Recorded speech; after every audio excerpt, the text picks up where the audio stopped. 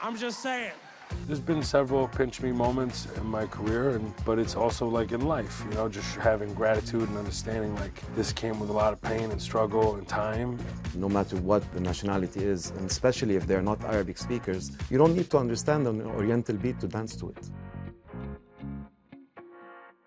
Hello, welcome to Qatar 365 with me, Aadel Haleem. On this episode, we explore the world of comedy and entertainment. I sat down with comedian and TV star Mo Amer, and Laila Humairah met some Doha-based comedians who do stand-up just for fun. But first, Johanna Hoes is singing and eating the night away to experience Doha's vibrant culinary entertainment and explore the fusion of music and gastronomy. Steak served with a side of jazz, a pairing that's quite literally music to the ears of diners at Chicago Rare, a restaurant in Doha where every meal starts on a high note. Trying to combine music and food, you need to find the elements where they complement each other rather than compete, right? So finding that harmony between having an amazing band and at the same time, we like to lead a guest through a culinary experience here. It's very important for us to make sure that every guest leaves with the wow factor. Located here in the newly opened Four Seasons The Pearl, Chicago Rare transports diners back to the early 20th century.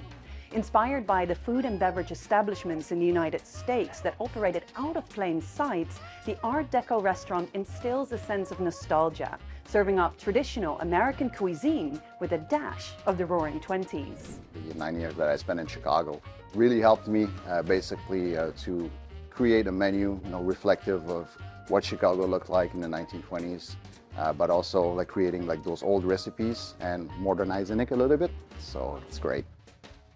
For bass player Samuel, life is not all about jazzy blast from the past.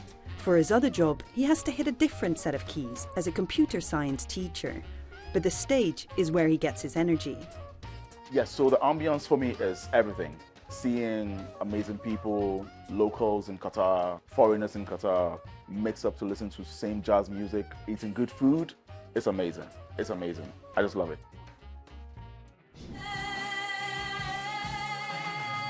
Another feast for the senses comes courtesy of Saks over at the St. Regis Hotel.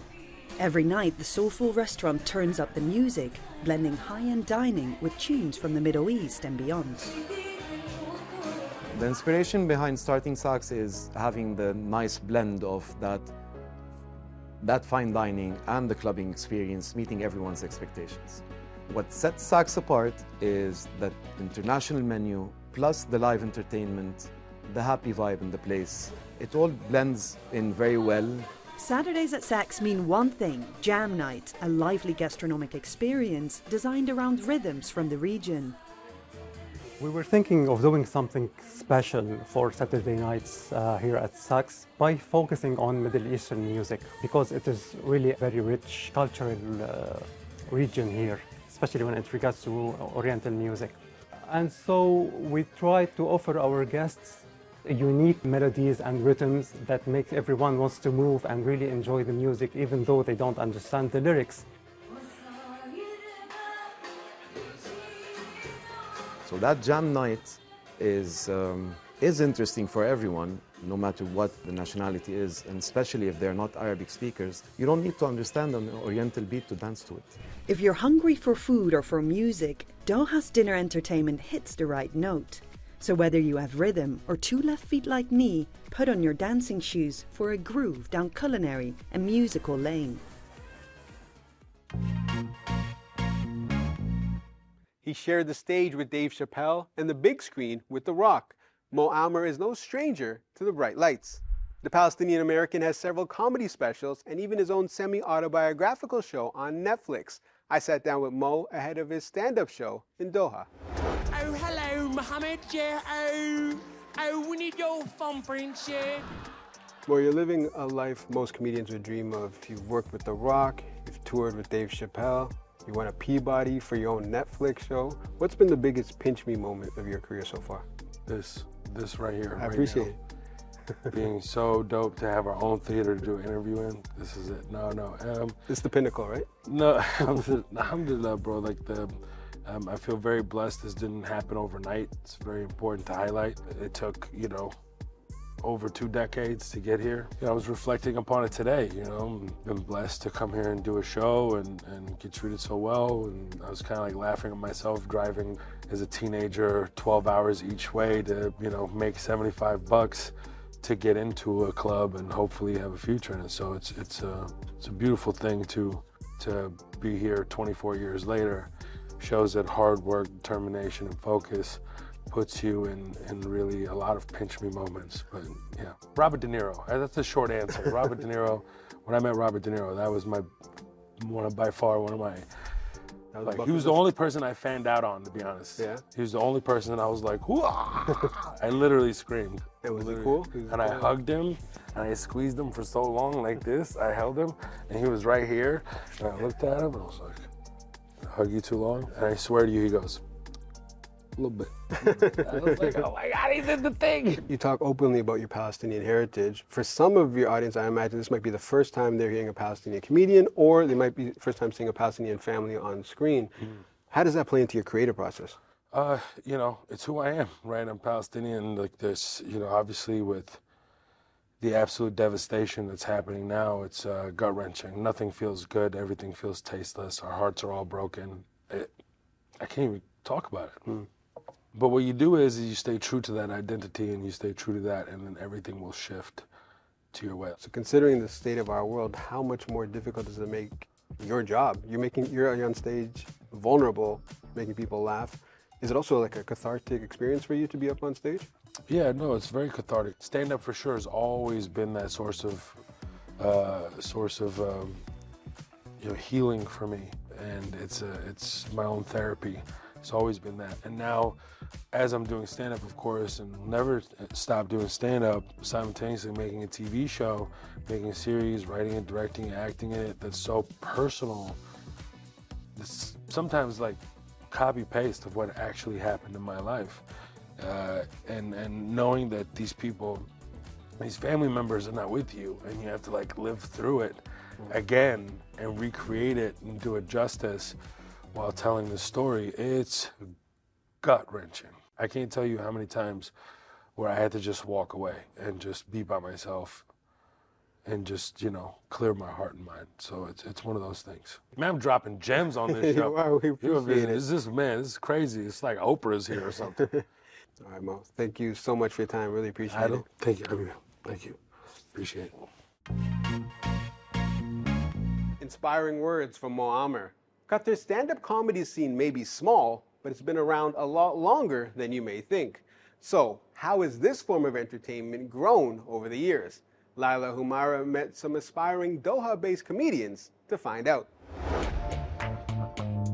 It's Thursday night in Lusail, and stand-up comedy Qatar is hosting Just Kidding, their monthly show here at the Collectors Cafe.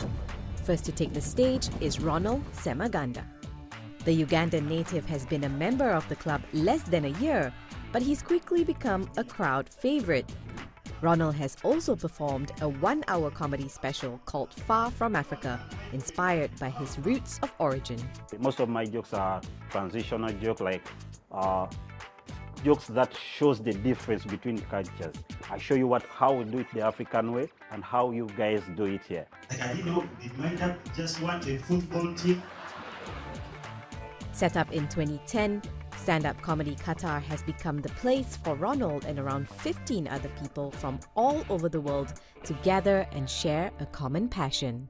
It's at this cafe that Qatar's aspiring comedians perform once a month, dropping witty punchlines, entertaining the crowd, and by doing that, honing their craft.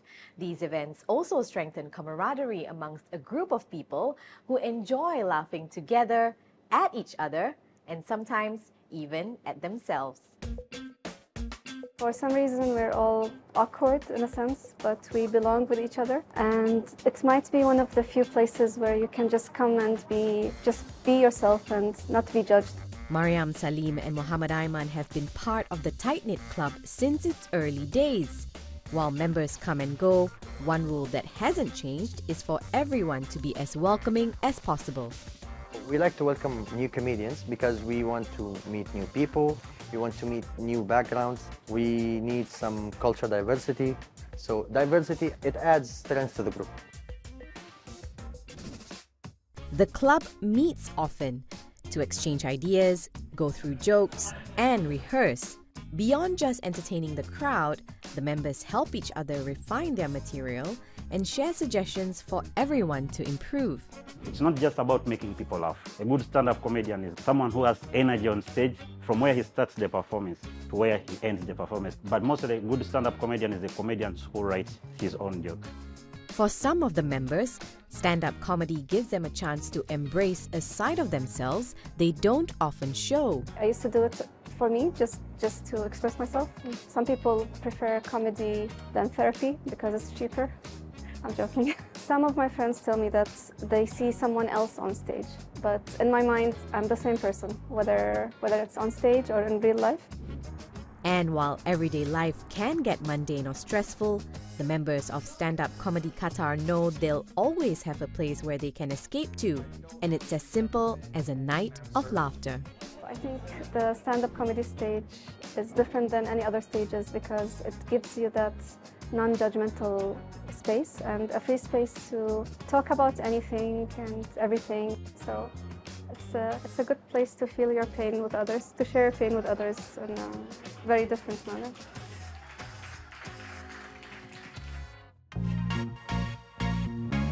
From musicians to comedians and professionals to amateurs, we saw a wide range of entertainment in this episode. But sadly, that's a wrap. Quite literally, as that's all the time we have for now. For more, check out Euronews.com and connect with us through our hashtag. Thanks for watching, and we'll see you next time on Qatar 365.